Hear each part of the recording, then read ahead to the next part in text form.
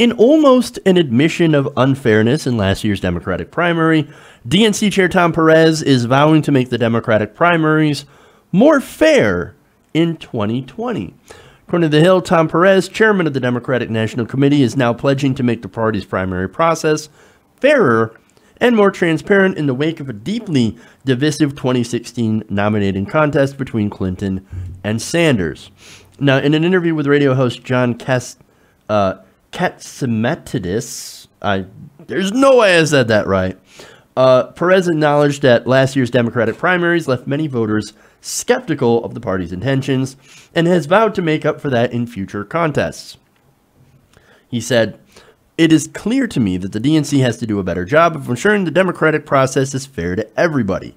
And by everybody, I mean not just the candidates, but the voters feel like the party is transparent and the party is giving an opportunity to everyone in the party is making sure that everyone who is able to vote can get out there. I know that we have to do a better job as the Democratic Party in making sure that the process is fair." He sure is talking a lot about fair, right? So, look, hey, look, see, he wants to make things fair, right? Well, let's talk about some of the things that were not fair. So was it fair when Tom Perez came up with the smear that Bernie Sanders doesn't do well with minorities, that he's only the party of white Bernie bros, right? Now, this happened before the Nevada caucus. I've got the email here from WikiLeaks, right? He said, Nevada is an opportunity to fight back on so many levels. First, the current storyline is that she does not connect well with young voters, which is true. She did terrible with millennials. Given that Nevada is far more demographically representative of America, I am confident that HRC can do well with all African Americans, Latinos, and Asian Americans. Emmy and the team have a good plan to attract all minority voters. When we do well there, then the narrative changes from Bernie kicks ass among young voters to Bernie does well only among young white liberals. That is a different story and the perfect lead-in to South Carolina, where once again we can work to attract young voters of color. So I think Nevada is a real opportunity, and I would strongly urge HRC to get out there within a couple of days. So that's what he said about Bernie Sanders. So here he is like, oh, yeah, you know, I'm going to advise the Clinton campaign to basically smear Bernie Sanders as somebody who can only attract white men. Wonderful. Which is not true. In fact, among African Americans, Bernie Sanders is incredibly popular. He's got an 83% approval rating. Also, about 77% among Latinos. You know the group he actually does worst with? White men. That's his worst demographic group. So, again, this was a complete lie, a complete smear. But a way to try and change the narrative against Bernie Sanders. Now, speaking of, or I should say, continuing with fair, right? Was it fair that he just jumped into the race for DNC chair at the urging of Barack Obama simply because Keith Ellison was actually starting to win? And Keith Ellison was doing very well. He jumped in at the end and unfortunately got the chairmanship. Now, what about the fairness of the primary itself? Which, by him saying that, I want to make sure that it's more fair in 2020, you're actually kind of admitting that it wasn't fair without actually admitting it. Now, on that, he says, the DNC would take to assure voters that the primary process is fair is to set the party's debate schedule before all the candidates have announced their bids, as previously reported by The Hill. Last time around, there was a very strong sense the primary debate schedule was set up in a way to help one candidate over another, and we're not going to have that happen. No. See, let me disagree with that slightly, right? There's no sense of that. That actually happened. They actually did favor one candidate over the other. Look, they reduced the number of debates, for example, and put them on weird schedules so that very few people would actually be able to watch those debates. That allowed to Republicans, by the way, to set the narrative while hiding Bernie Sanders and Hillary Clinton before it was too late, by doing so few debates. Well, if the establishment was so proud of Hillary Clinton, then why not trot her out more? Why not let her debate more? Why not let, you know, her centrist ideas that were supposed to be indicative of the nation at large lead the debate? Oh, right, she didn't do that. I mean, Why let Republicans, and specifically Donald Trump, get more airtime? Oh, right, it's because that played into her Pied Piper strategy. How'd that work out? Not very well. Not very well. Now, finally, Perez also said that the party's success in future races will depend on its ability to build its own infrastructure.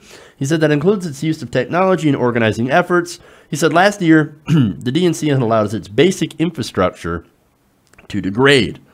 Well, a lot of that is thanks to Barack Obama.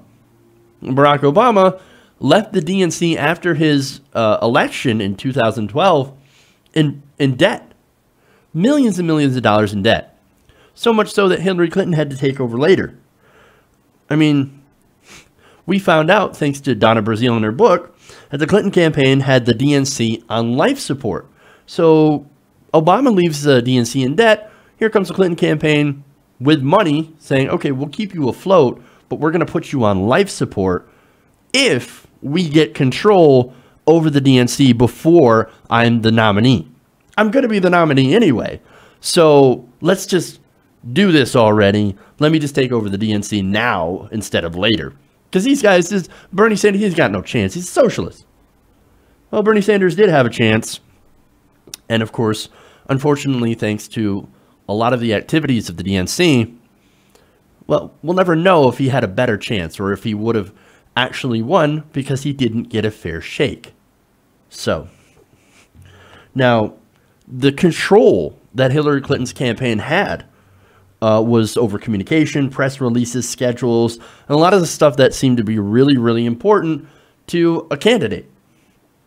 Now, look, make no mistake, the election, the primary was rigged in favor of Hillary Clinton. Now, some of you might object to that label, right? But the definition of rigged that I'm using is they influenced the outcome of the primary by stacking things in favor of Hillary Clinton. They cleared the field for Hillary Clinton. That is rigged. And that's something that a lot of Democrats have actually admitted, even without using that name. Now, Brazile walked that back by saying, oh, well, the primary, well, wasn't really rigged after all. Elizabeth Warren, same thing. Oh, it wasn't, I take it back, wasn't really rigged. But basically, they still admit that there were biases at play. And for me, that does equal rigged. Now, that doesn't mean that they went and changed vote totals, but they certainly disenfranchised people. There were registrations that were weirdly changed, and there were voters that were purged in places like Brooklyn. So over 200,000 people were disenfranchised. That's weird. And if that's not rigged, I don't know what is. So, all that said, I am actually going to say something somewhat controversial. I'm kind of inclined to believe him. Here's why. The number one reason, no more Hillary Clinton. She's not in the race. She's not going to be in the race. She's not running. Now, for example, Joe Biden might. But he seems to be popular enough among Democrats and the country to not need anyone's help to win a primary. Hillary Clinton was so unpopular. She had such high negative ratings. She had so much baggage that everybody knew going into this that she was going to need help to clear the field. That's why they did it. That's why they did it. So, and they knew how weak and flawed of a candidate she was going to be. And they didn't even expect a real primary challenge in the first place. I mean, this whole primary was a coronation that was going to lead to Hillary and Jeb. That's what we all thought from the beginning. Unfortunately, that's not how it worked out. Both Bernie Sanders and Donald Trump upended that paradigm. They were incredibly unexpected. I don't know if Hillary Clinton thought that their whole strategy to elevate Donald Trump was actually going to win or actually going to work, but it actually did work. So I think that Tom Perez is smart enough to realize that they're not going to get away with it a second time. We're watching them. His DNC chairmanship is on the line. If the DNC goes under, like it looks like it's going to, the guy's out of a paycheck. So they can't afford to rig it again because they know people are watching. We're watching. We got their eyes on them. And so I don't think that they're going to try this again.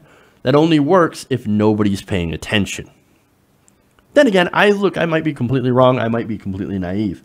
And you could be, and you're absolutely fair to say, now I disagree with you, Jeff, and here's why.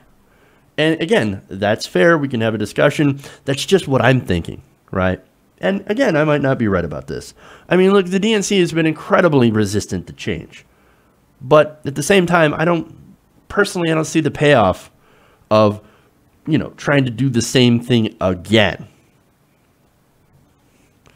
They literally thought that they were going to win. They're hubris, right? And that all these people that actually helped Hillary Clinton during the campaign to stack it against Bernie Sanders were all going to go on. They were going to beat Trump. They were going to beat Jeb. They were going to beat whoever. And they're going to end up in the White House. I mean, they were literally there measuring the drapes. But guess what? It didn't happen. I don't think that they're dumb enough to try this again. Because we're actually paying attention now. And we're actually holding them accountable. And see, that's what it is. There is tons of corruption inside of the DNC. But you know what? Sunlight happens to be the best disinfectant. So as long as we keep watching them, and as long as we don't fall asleep, like a lot of the left did during the Obama years, as long as we continue to hold them accountable, then there is very little possibility that they can get away with doing this again. Hey everybody, thanks for watching this video. If you want to see more like this, please hit the subscribe button below. And if you want to support truly independent progressive media, please consider becoming a patron at patreon.com/TYTNation.